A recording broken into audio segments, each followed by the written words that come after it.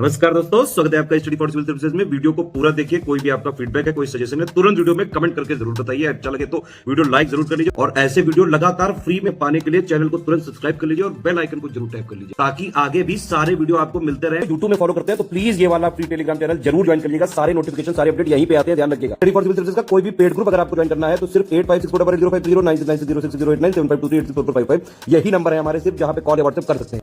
Instagram पे हमारा page जरूर फॉलो कर लीजिएगा, स्टडी फॉर सिविल .सर्विसेज है। ट्विटर पे हमको जरूर फॉलो कर लीजिएगा, @स्टडी फॉर सिविल्स है। नमस्कार दोस्तों, आप सभी का स्वागत है स्टडी फॉर एग्जाम्स में।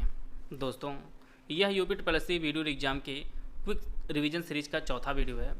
वीडियो शुरू करने से पहले मैं बताना चाहता हूँ, UPSC RO, BO, Allahabad high court RO सहित हमारे कई पेड ग्रुप चल रहे हैं। अगर आप इन पेड ग्रुप से जुड़ना चाहते हैं तो ये हमारे दिए गए नंबर है, इस पर कॉल या व्हाट्सएप कर जो है जानकारी प्राप्त कर सकते हैं। तो आइए हम लोग वीडियो शुरू करते हैं। संविधान की 7वीं अनुसूची के अंतर्गत जनगणना को संघ सूची के अंतर्गत रखा गया है। जैसा कि हम लोग जानते हैं, हमारे भारतीय संविधान में टोटल 3 सूचियों का वर्णन है। एक आपका संघ सूची, दूसरी आपकी राज्य सूची, तीसरी आपकी समवर्ती सूची। तो संविधान की 7वीं अनुसूची के अंतर्गत जो है जनगणना को संघ सूची के अंतर्गत रखा गया है और यही कारण है कि देश की जनगणना जो दायित्व है यह भारतीय संविधान के आर्टिकल 246 के अंतर्गत जो है यह केंद्र सरकार को प्रदान किया गया है कि केंद्र सरकार का जो कर्तव्य है वह जनगणना कराना है। और इसका जो उल्लेख है यह 7वीं अनुसूची के अंतर्गत आर्टिकल 246 के तहत दिया गया है। भारत में जो पहली जनगणना हुई थी वह लॉर्ड मेयो कार्यकाल में वर्ष 1872 में हुई थी और पहली जो आधिकारिक जनगणना हुई थी वह लॉर्ड रिपन कार्यकाल में वह 1881 में हुई थी। परीक्षा में आपके प्रश्न दोनों जगह से पूछ सकता है। और इसके बाद जो लॉर्ड रिपन के कार्यकाल में जो जनगणना हुई थी, इसके पश्चात भारत में प्रत्येक 10 वर्ष में जो है जनगणना होती है। और 2021 की जो जनगणना हो रही है वह 16वीं जनगणना है भारत की। वर्ष 1948 में जनगणना अधिनियम पारित किया गया था जो जनगणना को वैधानिक स्तर प्रदान करता है। केंद्र सरकार ने जनगणना के महत्व को देखते हुए वर्ष 1961 में गृह मंत्रालय के अधीन जनगणना विभाग का गठन किया था। केंद्रीय स्तर पर इस विभाग का जो शीर्ष अधिकारी होता है वह महारजिस्ट्रार एवं जनगणना आयुक्त कहलाता है। 2021 में जो जनगणना हो रही है वो आपकी 16वीं जनगणना है और इसके जो जनगणना आयुक्त हैं वो आपके डॉक्टर विवेक जोशी जी हैं। और 2021 की जो जनगणना हो रही है उसकी जो थीम रखी गई है जन भागीदारी से जन कल्याण, इसकी थीम रखी गई है। आइए हम लोग कुछ इंपॉर्टेंट फैक्ट कवर कर लेते हैं 2011 की जनगणना से।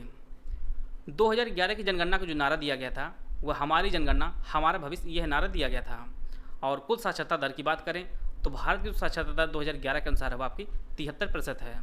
ग्रामीण साक्षरता दर वह आपकी 67.8% है। बात करते हैं हम लोग शहरी साक्षरता दर की। शहरी साक्षरता दर जो भारत की है वह 84.1% है। सबसे अधिक लिंगानुपात जो पाया जाता है वह केरल में पाया जाता है और वहाँ पर जो है 1084 जो है यहाँ का लिंगानुपात है। सबसे अधिक लिंगानुपात यह अरुणाचल प्रदेश में है और यहाँ पर 972 यहाँ पर लिंगानुपात है अरुणाचल प्रदेश में, जो सभी राज्यों में सबसे अधिक है। सबसे अधिक साक्षरता दर की बात करें तो आप लोग जानते हैं केरल है और यहाँ पर लगभग 94% जो जनसंख्या है वह शिक्षित है। बात करते हैं हम लोग सबसे अधिक जनसंख्या घनत्व की, डेंसिटी की, तो सबसे अधिक जो डेंसिटी है भारत के राज्यों में तो आपको बिहार में है। बिहार में 1106 व्यक्ति प्रति वर्ग किलोमीटर जो है यहाँ पर डेंसिटी है, जो सभी राज्यों में सबसे अधिक है। सबसे अधिक जो शहरी जो शहरी जनसंख्या जो निवास करती है किसी राज्य में तो आपके महाराष्ट्र में है। सबसे अधिक शहरी जनसंख्या महाराष्ट्र में निवास करती है। भारत की जनसंख्या में वर्ष 2001 से 2011 के अवधि के दौरान 18.18 करोड़ की वृद्धि दर्ज की गई है। और बात करते हैं वार्षिक वृद्धि दर की तो आपके 16.4% जो है वार्षिक वृद्धि दर रही है। सबसे इंपॉर्टेंट जो आपकी परीक्षा के लिए है वो आपका वर्ष 1921 को जनसंख्या के इतिहास में महान विभाजन वर्ष बताया गया है। यह कई बार परीक्षाओं में पूछा गया है, इसलिए इसे आप लोग नोट कर लीजिएगा। 2011 की जो जनगणना हुई थी वो भारत की 15वीं जनगणना हुई थी। राज्यों और संघ राज्य क्षेत्रों में अगर देखा जाए तो जो सबसे अधिक दशकीय वृद्धि दर्ज की गई है वह दादर और नगर हवेली में दर्ज की गई है और यहाँ पर 55.9% जनसंख्या वृद्धि दर्ज की गई है। और वहीं पर देखा जाए सबसे कम कहाँ पर हुई है तो आपके नागालैंड में हुई है और यहाँ पर -0.6% जो है जनसंख्या वृद्धि दर्ज की गई है, जो सभी राज्यों में सबसे कम है। अगर जिला वाइज देखा जाए तो सबसे अधिक जनसंख्या वृद्धर जो देखा गया है वो आपके अरुणाचल प्रदेश का एक जिला है कुरुंग कुमे। यहाँ पर 111.01% जो है जनसंख्या वृद्धि दर्ज की गई है। और दूसरा जो जिला है सबसे अधिक जनसंख्या वृद्धि दर वाला वह आपका पुडुचेरी का है यानम जिला में 70.15% की वृद्धि दर दर्ज की गई है। भारत में जो वर्तमान जीवन प्रत्याशा है वो आपकी 67.5 वर्ष है और इसे जो है बढ़ाकर 2025 तक भारत सरकार का जो लक्ष्य है वो आपका 70 वर्ष करना है। तो अगर प्रश्न आज के पूछता है कि भारत में वर्तमान में जीवन प्रत्याशा वर्ष कितना है वो आपका 67.5 वर्ष है और जो लक्ष्य रखा गया 2025 तक वो 70 वर्ष भारत ने लक्ष्य रखा है जीवन प्रत्याशा का। मिशन इंद्रधनुष जो है ये 2014 में शुरू किया गया है और यह बच्चों के टीकाकरण संबंधित है। पोषण अभियान आपका 2018 में शुरू किया गया था और यह बच्चों बालिकाएं गर्भवती माताएं और स्तनपान कराने वाली माताओं के पोषण की जो कमी हो उसको सुधारना था। पोषण अभियान ये आपके 2018 में शुरू किया गया था। आयुष्मान भारत यह प्रधानमंत्री जन आरोग्य योजना है और इसे 25 सितंबर 2018 को शुरू किया गया था और इसके तहत जो है प्रत्येक पात्र परिवार को 5 लाख रुपए जो है कि यह पॉलिसी मिलती है। इसके तरह जो है इसके अंतर्गत जो है 5 लाख रुपए का तक जो आप इलाज करवा सकते हैं और इसके लिए जो बेसिक आधार है वो आपके गरीबी रेखा से नीचे होना अनिवार्य है और यह एक प्रकार का हेल्थ कवरेज है। आयुष्मान भारत जिसे 2018 में शुरू किया गया था। राष्ट्रीय स्वास्थ्य मिशन में 2 मिशन शामिल किए गए हैं। एक आपका ग्रामीण है जिसे 2005 में शुरू किया गया था। दूसरा आपका शहरी स्वास्थ्य मिशन है जिसे 2013 में शुरू किया गया था। 2014 तक गरीबी रेखा का निर्धारण जो किया गया है ग्रामीण इलाकों में अगर आप 32 रुपये कमाते तो आप गरीब नहीं हैं और वहीं पर कस्बों और शहरों में देखा जाए तो जो प्रतिदिन 47 रुपये कमाते हैं वह गरीब नहीं है। तो ग्रामीण क्षेत्रों के लिए 32 रुपये है और शहरी क्षेत्रों के लिए 47 रुपये निर्धारित किया गया था जो काफ़ी कम है। मेरे हिसाब से आपके अनुसार से भी हो सकता है जो काफ़ी कम है। 32 रुपये ग्रामीण में अगर कमाते तो आप गरीब नहीं हैं और 47 रुपये आप कमाते हैं तो शहर में आप गरीब नहीं हैं। यह सरकार का डेटा है। एशिया में देखा जाए तो सबसे अधिक जो शीर्ष नगरीकृत देश हैं उनमें कौन कौन से हैं? इनमें आपका सिंगापुर, हांगकांग, मकाऊ या कुवैत ये सभी जो है 100% जो है नगरीकृत देश हैं और हम लोग काफ़ी पीछे हैं। सिंगापुर, हांगकांग, मकाऊ और कुवैत ये सभी जो है 100% एशिया के शीर्ष नगरीकृत देश हैं।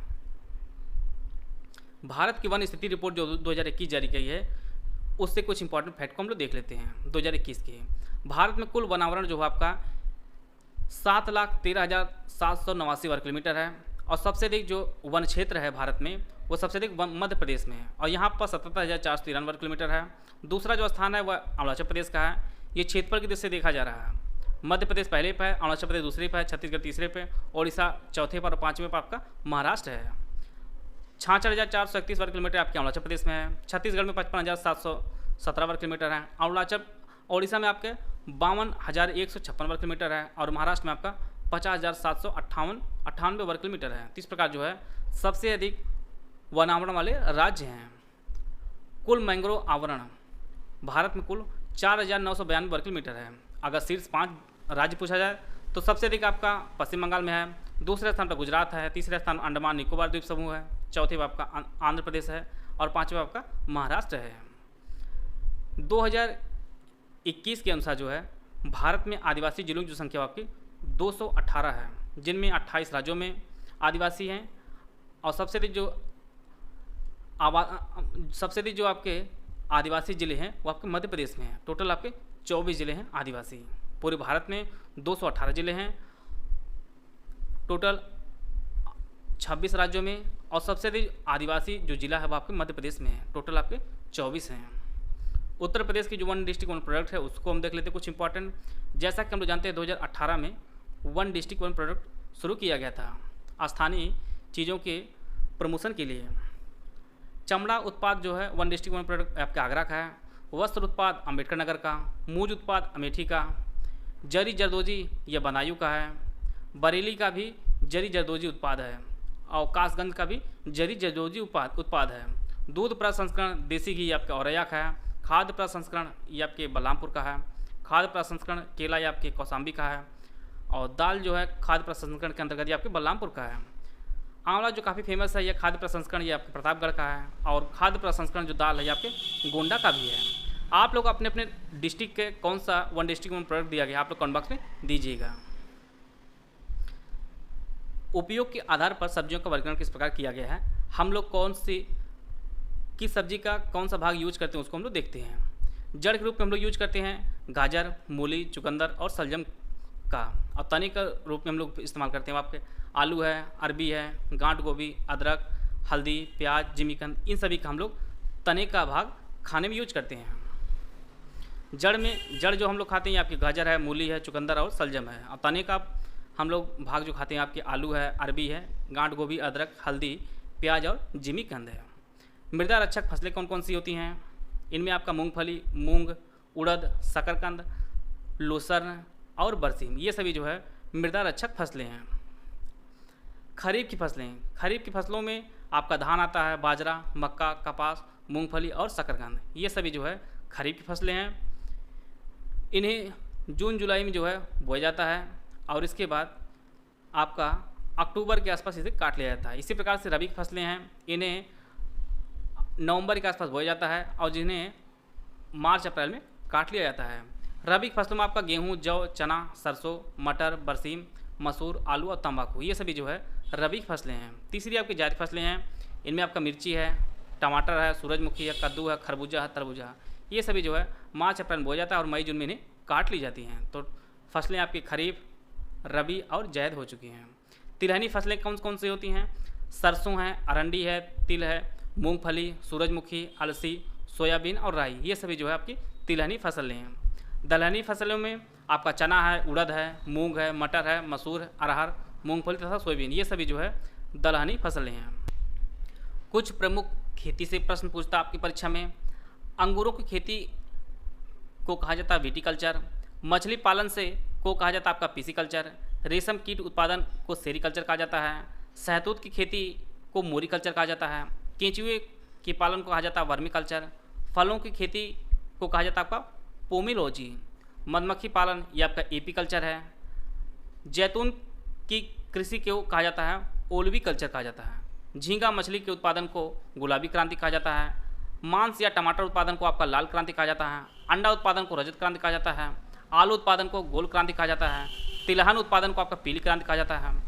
कुछ प्रमुख मुख्यालय कहाँ पर है प्रमुख चीज़ों के, जैसे कॉफ़ी बोर्ड का जो मुख्यालय आपका बेंगलुरु कर्नाटक में है, रबर बोर्ड का कोट्टायम ये आपके केरल में है, चाय बोर्ड का मुख्यालय कोलकाता पश्चिम बंगाल में, तंबाकू बोर्ड का गुंटूर आंध्र प्रदेश में है, मसाला बोर्ड का कोच्चि केरल में है, भारतीय कृषि अनुसंधान परिषद का मुख्यालय आपके नई दिल्ली में है, भारतीय गन्ना अनुसंधान संस्थान लखनऊ उत्तर प्रदेश में है, केंद्रीय कॉफ़ी अनुसंधान संस्थान ये आपके चिकमंगलुरु कर्नाटक में स्थित है, केंद्रीय आलू अनुसंधान संस्थान ये आपके शिमला हिमाचल प्रदेश में स्थित है, भारतीय कृषि अनुसंधान संस्थान आपके नई दिल्ली में स्थित है। इसी प्रकार से राष्ट्रीय चावल शोध संस्थान आपके कटक ओडिशा में स्थित है, राष्ट्रीय डेयरी अनुसंधान संस्थान आपके करनाल हरियाणा में स्थित है, और राष्ट्रीय केला अनुसंधान संस्थान आपके त्रिची तमिलनाडु में स्थित है। आइए हम लोग कुछ साइंस के कुछ फैक्ट कवर कर लेते हैं हम लोग। आलू का जो हरा रंग होता है ये सोलेनिन कारण होता है। इसी प्रकार से मिर्ची का जो लाल रंग होता है वो कैप्सेंथिन कारण होता है। गाजर में जो लाल रंग होता है वो आपका एंथोसाइनिन कारण होता है। मूली का जो तीखापन होता है ये आपका आइसोसाइनेट कारण होता है। लहसुन में जो गंध का कारण होता है वह एलिसिन या डाई एलाइल डाइसल्फाइड होता है। और टमाटर में जो लाल रंग होता है वो आपका लाइकोपीन कारण होता है। प्याज में जो लाल रंग होता है वह एंथोसाइनिन कारण होता है। हल्दी में जो पीला रंग होता है वो करक्यूमिन कारण होता है। और गाजर का जो नारंगी रंग होता है वो आपका कैरोटीन कारण होता है। काली मृदा इसका जो क्षेत्र है ये आपका महाराष्ट्र, गुजरात, मध्य प्रदेश, तमिलनाडु, ये सभी जो है यहाँ सभी में काली मिट्टी काफ़ी विशेष रूप से पाई जाती है और यह लावा क्षेत्र में पाई जाती है।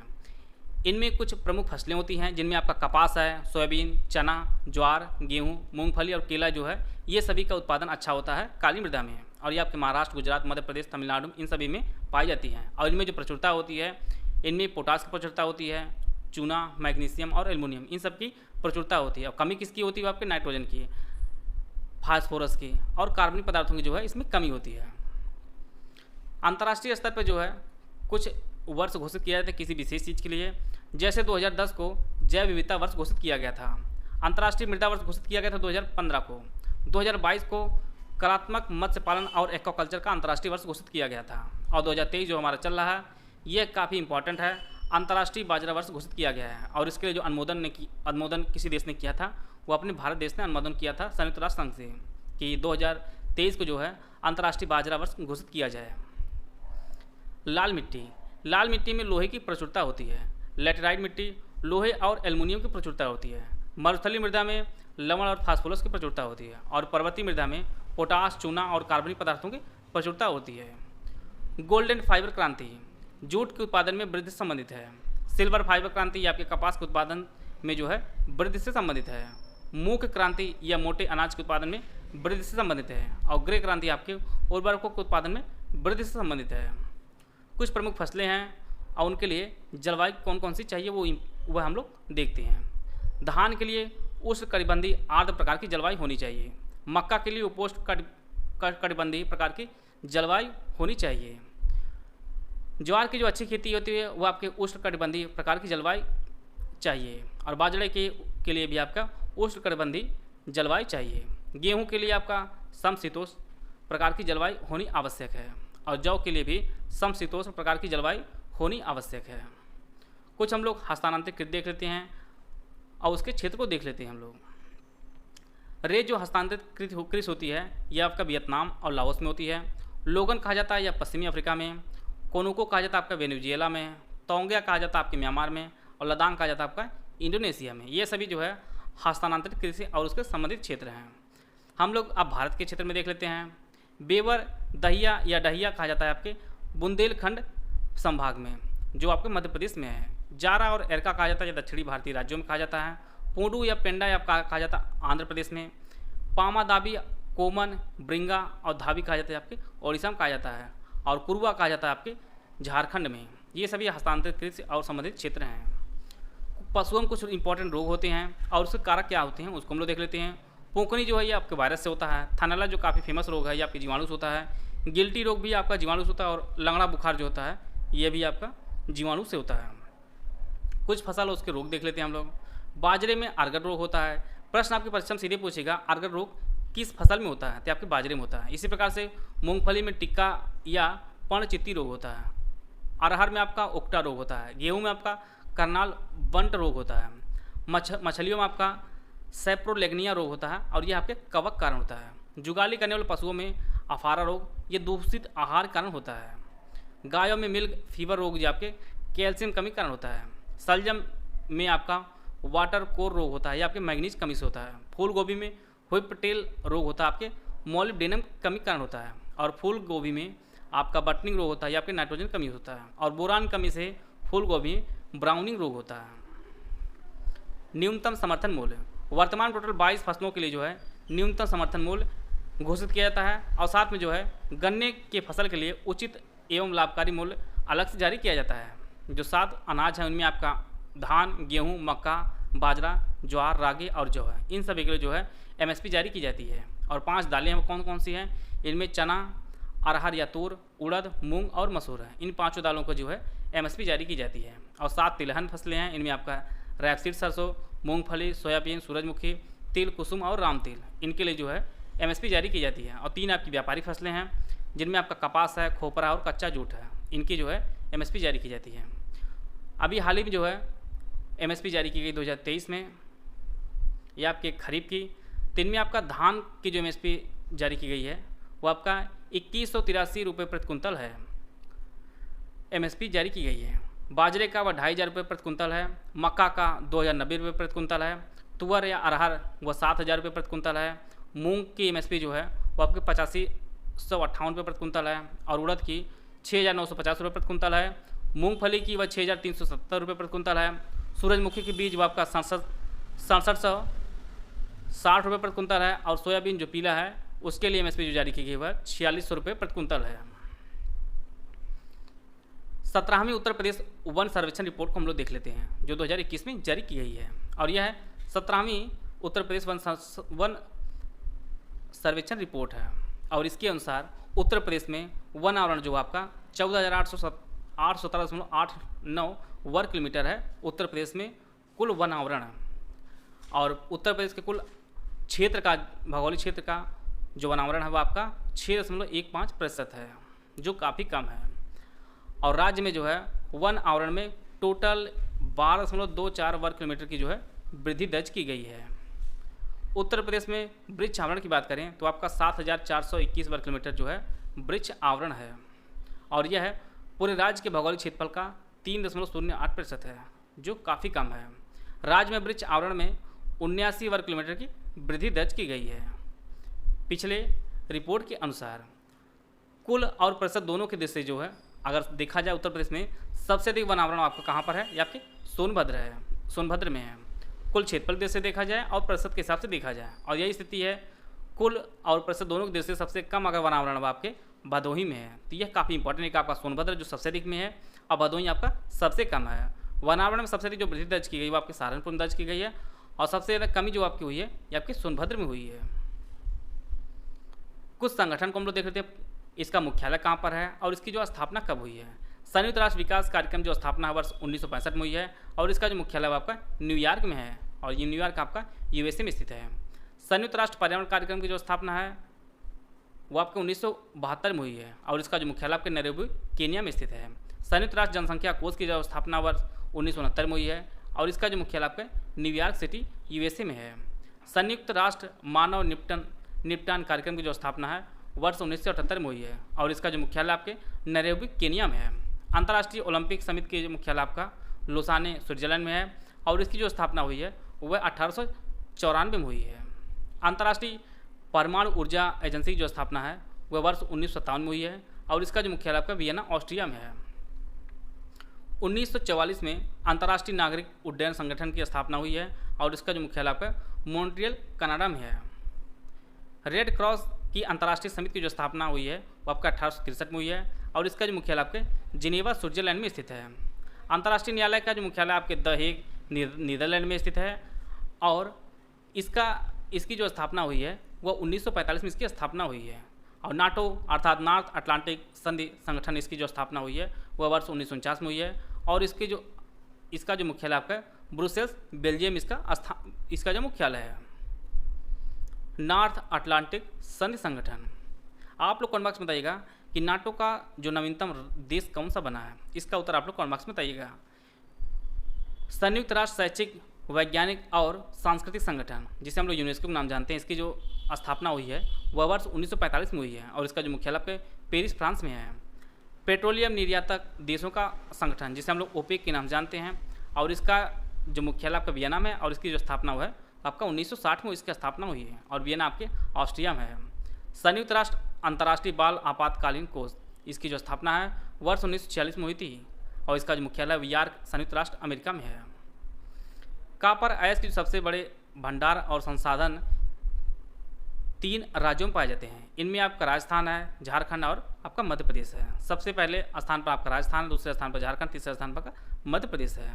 राजस्थान में 813 मिलियन टन है, 295 मिलियन टन के साथ झारखंड दूसरे स्थान पर है, और 283 मिलियन टन के साथ जो है कॉपर अयस्क का वो आपका मध्य प्रदेश तीसरे स्थान पर है। कोयला जो रिजर्व है सबसे अधिक आपका झारखंड में है, दूसरे स्थान पर आपका उड़ीसा और तीसरे स्थान पर आपका छत्तीसगढ़ है। COP 28 ये आबू धाबी में आयोजित होगा 2023 में, और आबू धाबी आपके संयुक्त अरब अमीरात में है। इससे पहले COP 27 हुआ था 2022 में शर्म अल शेख मिस्र में। COP 26 इससे पहले ग्लासगो में हुआ था, यह United kingdom of great Britain और उत्तरी आयरलैंड के जो है संयुक्त रूप से हुआ था 2021 में। तो COP 28 जो आयोजित होने वाला आपके 2023 में होने वाला है। अंतर्राष्ट्रीय साक्षरता दिवस ये आपके 8 सितंबर को मनाया जाता है। विश्व हेपेटाइटिस दिवस ये आपके 28 जुलाई को मनाया जाता है। 11 जुलाई को आपका विश्व जनसंख्या दिवस मनाया जाता है, और विश्व प्रेस दिवस आपका 3 मई को मनाया जाता है। विश्व बौद्धिक संपदा दिवस ये आपके 26 अप्रैल को मनाया जाता है, और जैविक विविधता के लिए अंतर्राष्ट्रीय दिवस मनाया जाता है आपके 22 मई को मनाया जाता है। 2023 में कुछ सम्मेलन आयोजित होने वाले हैं और कुछ हो चुके हैं, उनको हम लोग देख लेते हैं। आसियान की जो अध्यक्षता है 2023 में आपके इंडोनेशिया कर रहा है, और इसी प्रकार से ब्रिक्स की जो अध्यक्षता है वो आपके दक्षिण अफ्रीका करेगा 2023 में, और SCO शिखर सम्मेलन की जो मेजबानी है 2023 में वो अपना भारत देश करेगा, और भारत जो है G20 की अध्यक्षता भी कर रहा है। और G7 की जो अध्यक्षता है वो 2023 में ये जापान कर रहा है, यह अध्यक्षता हो चुकी है। G7 की जो अध्यक्षता 2023 में किया है वो आपका जापान किया है। आसियान की इंडोनेशिया, दक्षिण अफ्रीका कर रहा है वह ब्रिक्स की। SCO शिखर सम्मेलन या इसकी अध्यक्षता वो आपका भारत देश करेगा, और साथ में जो है G20 की जो अध्यक्षता है वह भी भारत कर रहा है, और G7 की आपके जापान कर चुका है। संयुक्त राष्ट्र 2023 जल सम्मेलन यह जो है ताजिकिस्तान और नीदरलैंड के सहयोग से जो है 22 से 24 मार्च 2023 में 23 को आपका न्यूयॉर्क में आयोजित किया गया है, संयुक्त राष्ट्र के मुख्यालय में। यह जो दोनों देश है यह काफ़ी इंपॉर्टेंट है। इन दोनों देश के जो है सह मेजबानी में आयोजित किया गया है न्यूयॉर्क में संयुक्त राष्ट्र 2023 जल सम्मेलन। नमूना पंजीकरण प्रणाली सांख्यिकी रिपोर्ट 2020 जो जारी की गई थी, और यह भारत के महापंजीयन द्वारा जारी की जाती है। इसके अनुसार अशोधित जन्म दर जो आपकी भारत की वह 19.5 है। अगर कुल जन्म दर की बात की जाए, कुल प्रजनन दर की बात की जाए तो आपकी 2.0 है। प्रारंभिक नवजात शिशु मृत्यु दर आपकी है वह 0 से 7 दिन के लिए देखा जाए तो आपकी 15 है। और देश में बिहार और मेघालय में जो है प्रजनन दर सबसे अधिक है, और जबकि सिक्किम व अंडमान और निकोबार द्वीप समूह में जो है सबसे कम है। सबसे अधिक जो प्रजनन दर आपके बिहार और मेघालय में, और सबसे कम आपका सिक्किम और अंडमान और निकोबार द्वीप समूह में। तो इस प्रकार जो है हम लोग काफ़ी इंपॉर्टेंट फैक्ट कवर कर लिए हैं। आशा है आप सभी को बहुत कुछ जानने को मिला होगा। वीडियो अगर आपको अच्छा लगे तो लाइक कर सकते हैं, चैनल सब्सक्राइब कर लीजिए। वीडियो को पूरा देखें, धन्यवाद। जय हिंद, जय भारत।